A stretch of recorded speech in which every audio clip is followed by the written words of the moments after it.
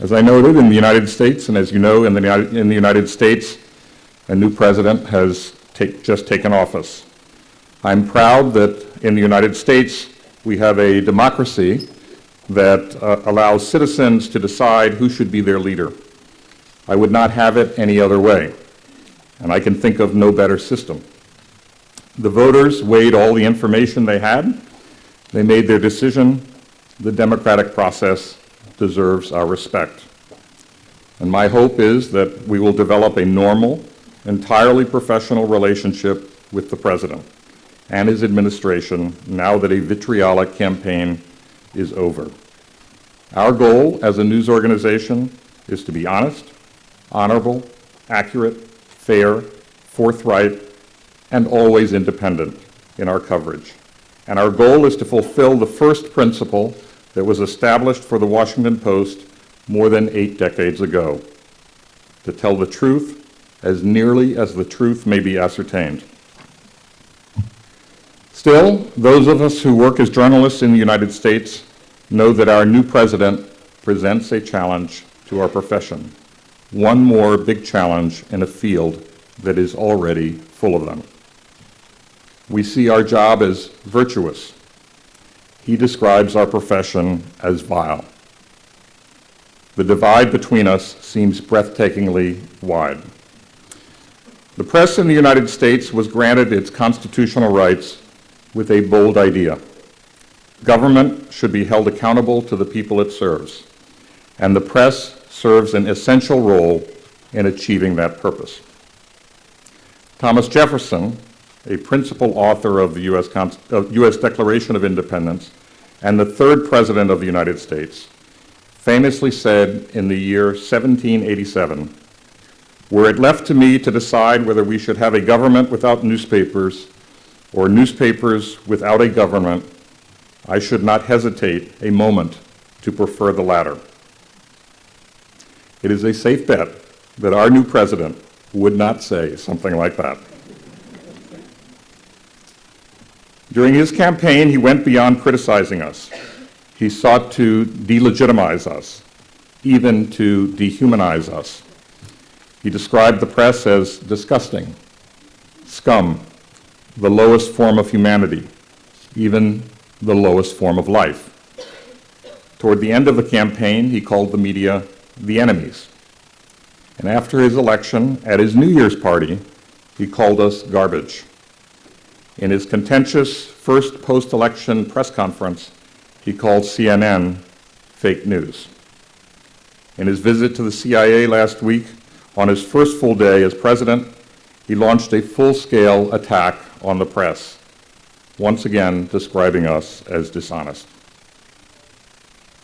Sadly, we have seen crackdowns on free expression and the press around the world in recent years, in China, in Russia, in Hungary, in Venezuela, in Turkey, in Poland, and elsewhere.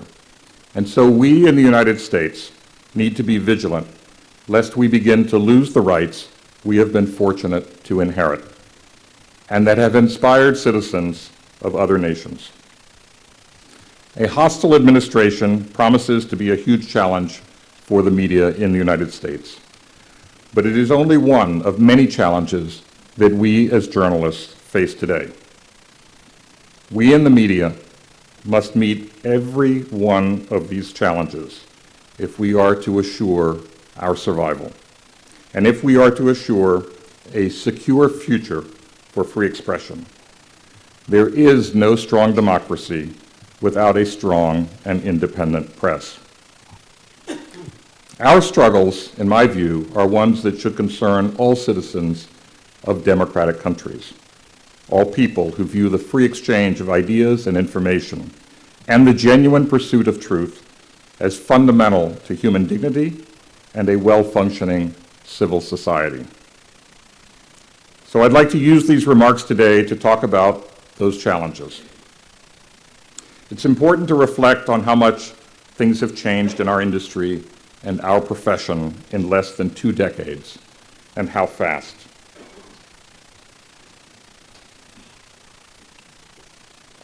High-speed broadband connections were in their infancy in the years 2000 and 2001. Broadband penetration was limited. Without it, there was no online video, no audio, no wireless communications, no mobile communications, very little sharing of photos. So much that we take for granted today did not exist less than 2 decades ago. Google had not yet issued shares to the public. It did not go public until 2004. Social media did not exist in any meaningful way. Facebook was not founded until 2004. Twitter, not until 2006. YouTube wasn't founded until 2005. There was no expectation at the beginning of this century that we could get any information we wanted at any time and anywhere on a device that fits into a pocket. The iPhone was not introduced until only a decade ago. In the last 12 to 15 years, we have witnessed virtually every major technological advance that has disrupted, if not devastated, traditional media. And I haven't even mentioned more recent developments like Instagram or Snapchat or other message apps or bots or artificial intelligence or 360-degree video and virtual reality. Change will only come faster in the years ahead. After all that has transpired, maybe our profession should celebrate its survival. But in many instances, we have survived only just barely. There is certainly no room for satisfaction or complacency. And all of this leads to one conclusion. This is a digital society, and we must adapt. And not just adapt, really, but embrace the change. It is not just a digital society, by the way. It is a mobile society. 80% of adults on Earth are expected to have a smartphone by the year 2020, 3 years from today. The internet, almost overnight, has given birth to a new medium, and that is leading to a new form of journalism. Just as radio led to its form of journalism, just as television led to its own form of journalism. And when the internet came along, our industry reacted as if nothing fundamental had changed. We saw the internet only as a new way to distribute our work. That was not embracing change. And to be honest, we did not even understand the change. Today, we should recognize, once and for all, what we're dealing with. It deserves repeating. We're dealing with an entirely new medium. Novel, innovative forms of storytelling are being introduced. Stories that are more conversational, more accessible, as if you were talking to a friend or to a relative. With this new medium, the voice and personality of the writer is often more evident. It feels more authentic. It is more authentic, and readers want that. Stories can now reflect the full power of the tools available to us. Video, 360-degree video, audio, social media, interactive graphics, animations, original documents, annotations of documents, you name it. The direction of our profession should now be obvious, yet many journalists still resist what the future demands. They feel the pull of the past. They think only of what they are losing. They are in mourning. And the truth is, it is futile and worse, counterproductive to resist the inevitable changes in our profession. So what lies ahead? First, mobile technology will dominate. That is only natural with the proliferation of smartphones. People use every spare moment to look at their phones. Some of you are probably doing that right now. Maybe most of you. Many venture capital companies today will not fund a digital product unless it is mobile at its core. Media outlets must concentrate above all on the mobile experience. Second, social media will shape how people get their news and what news they get. People do not feel a duty to seek out news and information, nor do they see it as necessary. They expect news to find them through social networks. These networks are where people are talking to each other, so we in media must have an intimate understanding of them. They will be essential to getting our stories disseminated to millions of people. They also are vital to an activity that we in media need to get better at: listening. If we wish to know what most concerns people, we must listen better and listen more often. And if you want to listen, go to where people are talking. Third, it is impossible to say today what the dominant news brands will be in the future. With the right idea and smart execution, new companies can establish themselves quickly in our field, and they have done exactly that. BuzzFeed was founded only in 2006, Huffington Post in 2005. They are now major players in the media universe. And venture capital is funding other competitors too, waging that newcomers can depose the media establishment. And some of the old brands are posing competitive challenges of their own.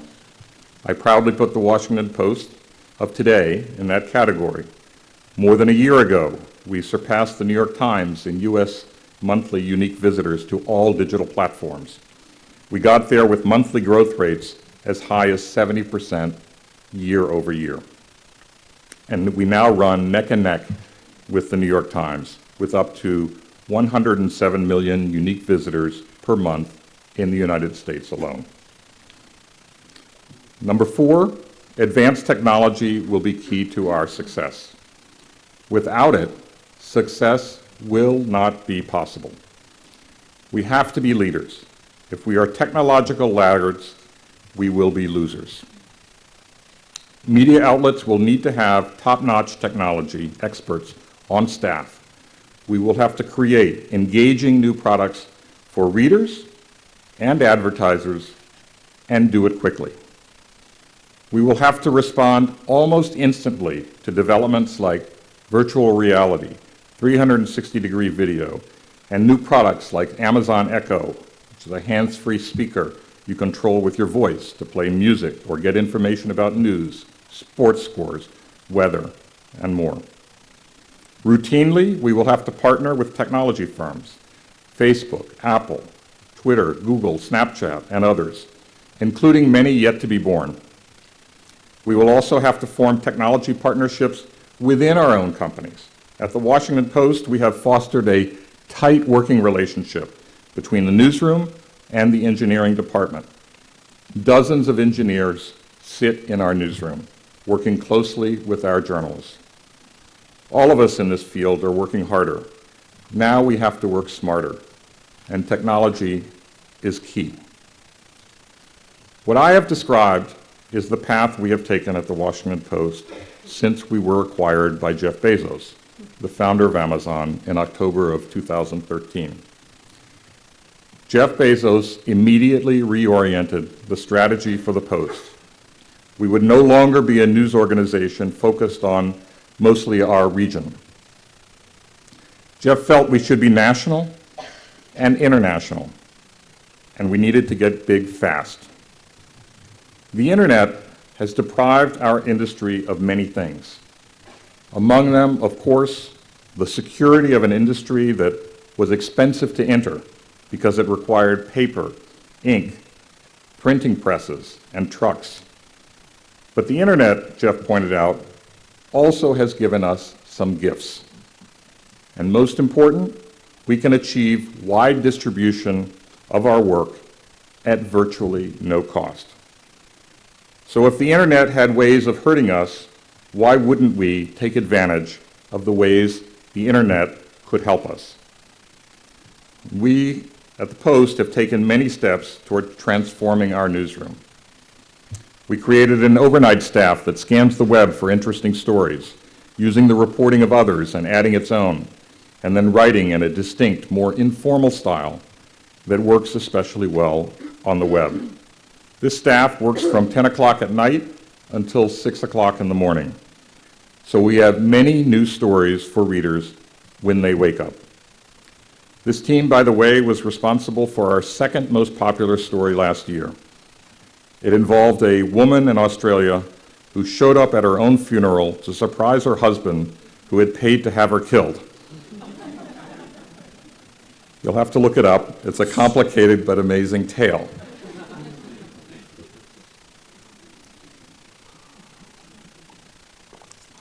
We established a general assignment news team that works during daytime hours, starting very early.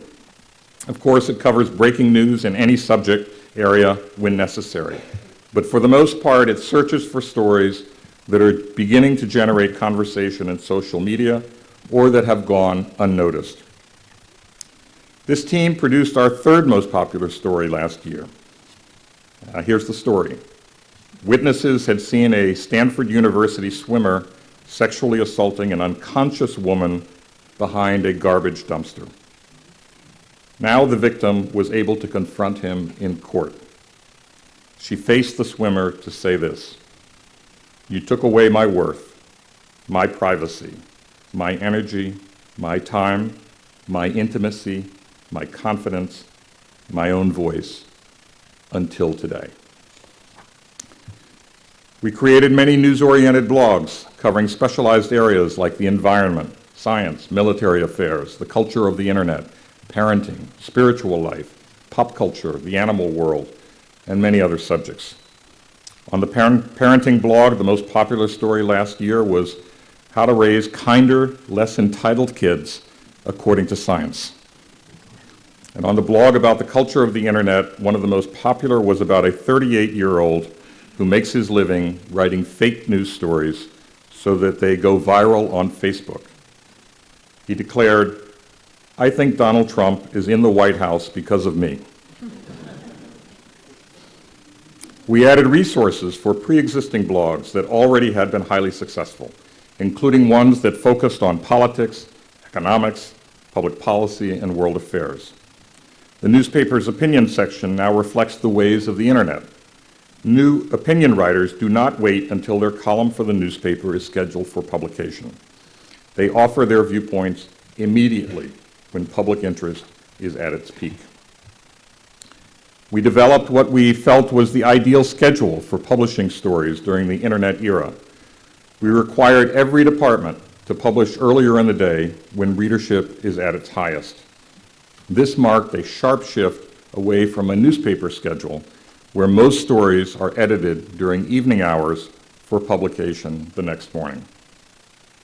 We have added to our staff that specializes in how to disseminate our work through social media and how to use social media in our own reporting. We are concentrating not just on Facebook and Twitter, but on other less obvious social networks. We have significantly improved our email newsletters, how they are curated, how they are designed, when they are sent. They can be a major source of traffic, and they allow us to reach readers directly rather than going through Facebook, Twitter, and Google. We have focused on the speed of news alerts sent via email, closely measuring them against our competitors. Our goal is to be first on every news alert. Our engineering department has created a tool that allows us to try multiple headlines, photos, and story summaries all at the same time, and whichever is performing best is promptly delivered to all readers automatically. Our engineering department also has developed a tool that uses big data to customize our recommendations for which additional stories might interest readers. This tool delivers far better results than human judgment. Working with the engineering department, we have also built something called the Washington Post Talent Network. As you know, there are many journalists who are unemployed, underemployed, prematurely retired, and still eager to work. So we created an online freelance network that gives us access to reporters, photographers, and videographers around the United States and the world. We now have 2,900 journalists worldwide in the talent network. It has helped us cover mass shootings in the United States, as we did last June at the Florida nightclub where 49 people were killed. It has helped us cover terrorist attacks overseas, as we did in Nice last July when 84 people were killed. Freelancers arrived on location quickly in both instances. And most interestingly, we now have independent journalists around the United States and the world looking for the best stories and proposing to do them for us. In the middle of a devastating drought in Southern California, one freelancer wrote about how rich people were ignoring government restrictions on water use. They were using as much water as they wished. And one wealthy property owner was quoted as saying, "People should not be forced to live on property with brown lawns, golf on brown courses, or apologize for wanting their gardens to be beautiful. No, we're not all equal when it comes to water." You can imagine the outrage from readers. In short, we are experimenting feverishly to drive traffic, get readers to spend more time with our stories, and build more loyalty to the Post. It has been a successful strategy. As I said earlier, online traffic has soared as high as 107 million unique visitors per month in the United States. Subscriptions have surged. Readers' time spent with our stories has moved up. And 2016 was a profitable year, the first in a very long time.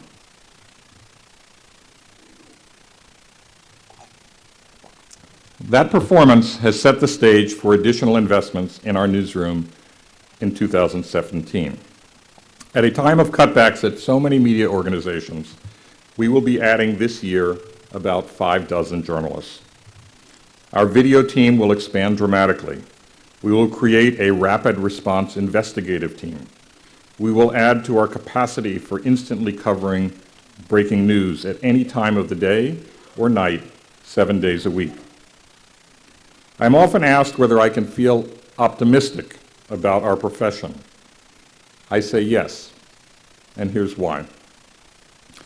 New forms of storytelling are proving effective at connecting with readers. The use of video, social media, interactive graphics, original documents, all of that can make storytelling more vivid and even more credible because it means we can show, not just tell. The pressures on our industry are forcing us to pay close attention to our customers, and that is a good thing. The work we do must resonate with a public that is routinely impatient, easily distracted, and quickly bored. And that doesn't have to mean only short stories. It does not have to mean clickbait.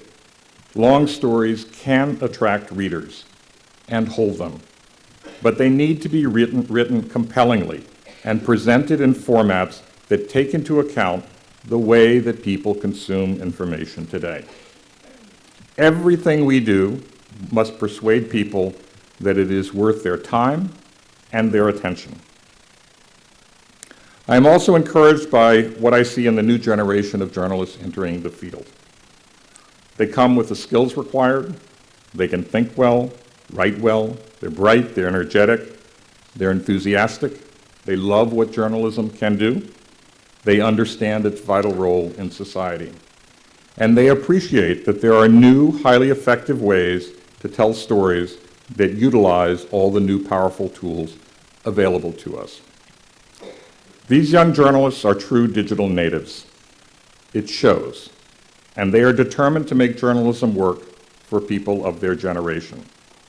For that, I could not be more grateful.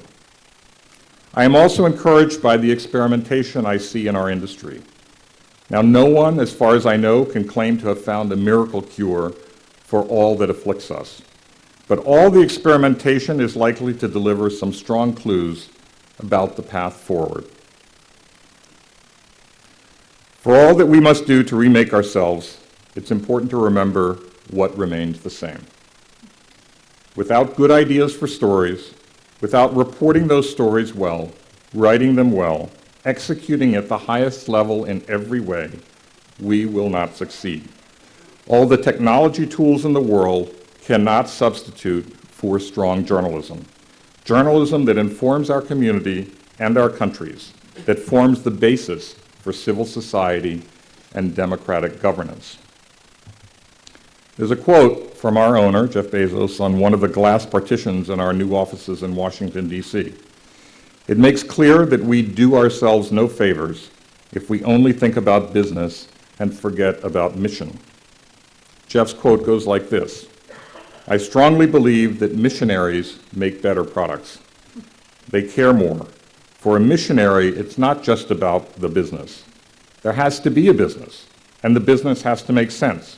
But that's not why you do it. You do it because you have something meaningful that motivates you." All true journalists have something meaningful that motivates them. It is our compass.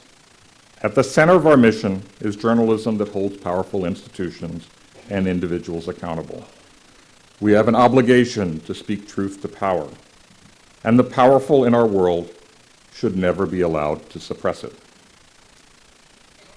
Truth today is under siege from another source.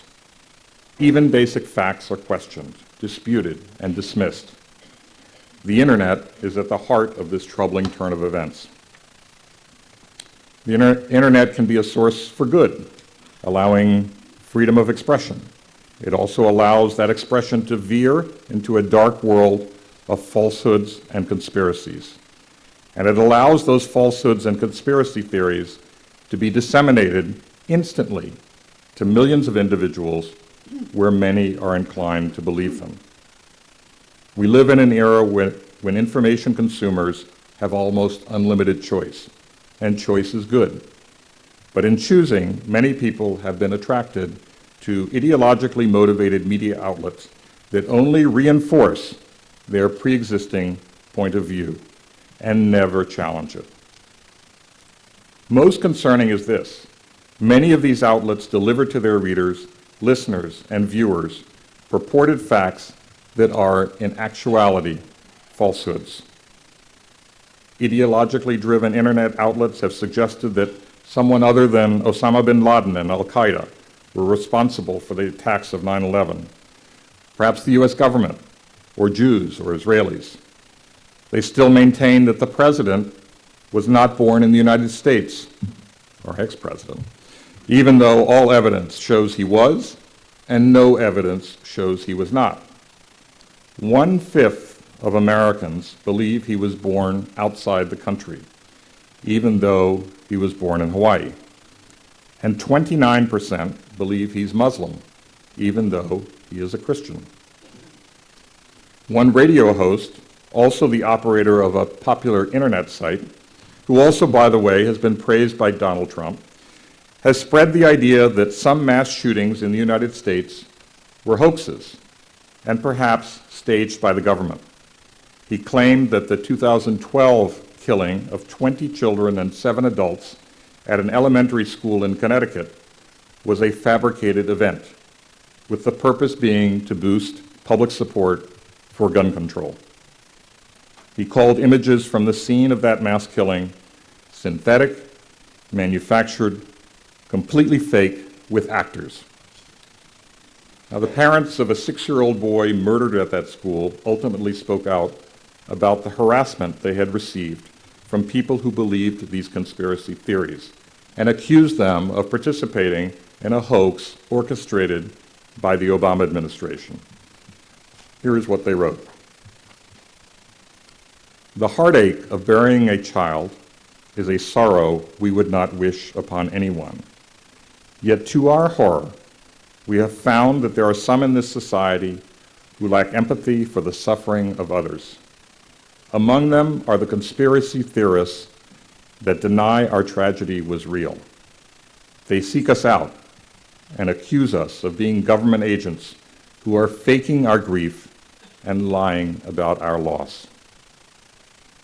During the presidential campaign, the daughter of the school's principal, who was murdered, pleaded with Trump to denounce this radio host and internet operator. "We cannot normalize fact-denying behavior," she wrote. According to another conspiracy theory that circulated widely, Hillary Clinton and the man who led her presidential campaign were operating a child sex slave ring from a Washington, D.C. pizza restaurant. This theory held that the sex trafficking was revealed in code words that were contained in emails that it had been hacked from officials of the Democratic Party. It's hard to comprehend what happened next. In early December last year, a man drove up from North Carolina to Washington, D.C. Armed with an assault-style rifle, he walked into the restaurant to, in his words, self-investigate the alleged sex ring. He fired his weapon multiple times. Fortunately, he did not shoot anyone. He told police that he brought the weapon in order to carry out a rescue. Shockingly, even after this crazy incident, nearly half of Trump voters still believe that those leaked emails of the Democratic Party contain code words for pedophilia, human trafficking, and satanic ritual abuse. Our new president himself said during his campaign that thousands of Muslims in New Jersey publicly celebrated the fall of the World Trade Center towers on September 11, 2001. No such thing happened. He also said falsely after the election that millions of people voted illegally. As you may know, Donald Trump did not win the votes of most people who cast ballots in the election. Hillary Clinton did, by almost 3 million votes. Trump won in what is known as the Electoral College, which is how we select a president. The winner of each state gets all the Electoral College votes for that state. And Trump won by a total of about 80,000 votes in 3 states, Pennsylvania, Michigan, and Wisconsin, giving him a clear majority in electoral votes. Trump argued on Twitter that he would have won the popular vote without millions of people voting illegally. And he's repeated that recently. In fact, no one has produced any evidence of significant voter fraud in the presidential election. Even so, 6 out of 10 people who voted for Trump believe that millions of illegal votes were cast. And even a quarter of Clinton voters agree. The journalist Masha Gessen made a smart assessment of all of this last month. When Trump repeatedly makes false statements of this sort, he is not only making easily disprovable factual claims, he is, she wrote, claiming control over reality itself. And the purpose is, as she concluded, to assert power over truth. This past Saturday, the president's press secretary falsely claimed that the crowd attending Trump's inauguration was the largest ever, even exceeding Barack Obama's inauguration in 2009. And he called the press shameful for reporting that it was not. Now, all the evidence shows that the press reported accurately and that the press secretary's statement was untruthful. It may be premature to judge, but it is no wonder that people immediately reacted on the internet with references to George Orwell, and in particular to this one quote from his ominous book, 1984. The party told you to reject the evidence of your eyes and ears. It was their final, most essential command. Unfortunately, fact-checking by mainstream media outlets has little to no effect, largely because trust in the media is so low. Trust in the media has fallen, along with confidence in many other institutions. But our ranking is among the worst. Americans' trust and confidence in the mass media to report the news fully, accurately, and fairly is at its lowest level in history in the United States. Only 32% say they have a great deal or fair amount of trust in the media, down 8 percentage points from last year alone, and down 25 percentage points from 1999. Distrust of the mass media among Republicans is the major factor driving down the numbers. The figures were already bad before the election, but after Trump's sharp attacks on the media, Republican trust in the media plunged to 14% from 32% a year ago. That is the lowest level of confidence among Republicans in 2 decades. So we are objects of suspicion, and our work is met with resistance or outright rejection. Conspiracy theories and falsehoods can easily fill the vacuum, and they have.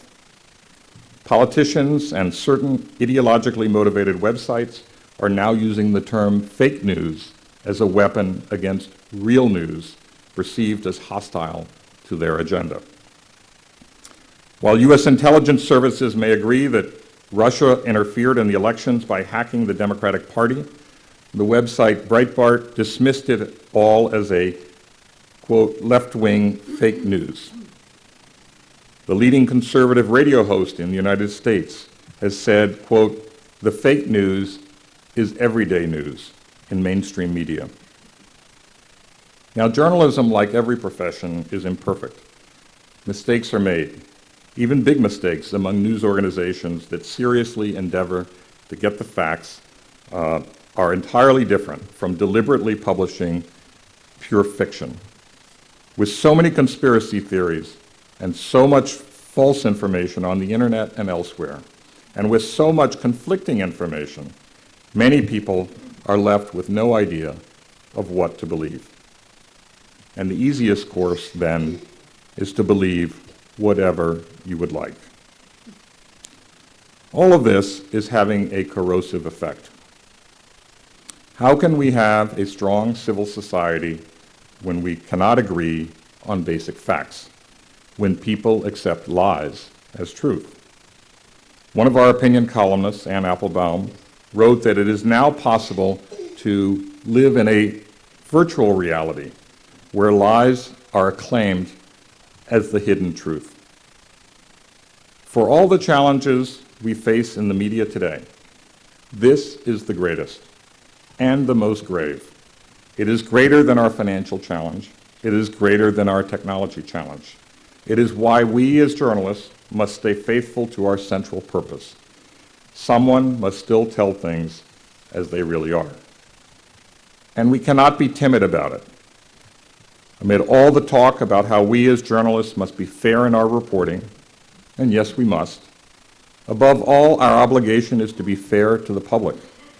When we have done all our research, when we have done our job thoroughly, honestly, and honorably, when we have a duty to tell the public what we have learned and to tell it to them forthrightly. No government power, no powerful institution, and no powerful individual should have the right to stop us. And we in the press should not stop ourselves because of fear or self-censorship. These are times to remind ourselves what it means to be a free people, times to think hard about what is required of us if we wish to hold on to freedoms that we value. One of the most renowned Supreme Court justices in the United States was Louis Brandeis. In a famous court ruling in 1927, he reflected on the beliefs about freedom held by those who fought for the independence of the United States. He wrote, "They believed liberty to be the secret of happiness and courage to be the secret of liberty. In too many countries, in too many ways, our liberties are being placed at risk. Among those most in jeopardy are free expression, including a free press. For those of us who work in the press, and for all who cherish the free expression that gives meaning and life to our democracies, the quality we now need most is courage." Thank you for listening.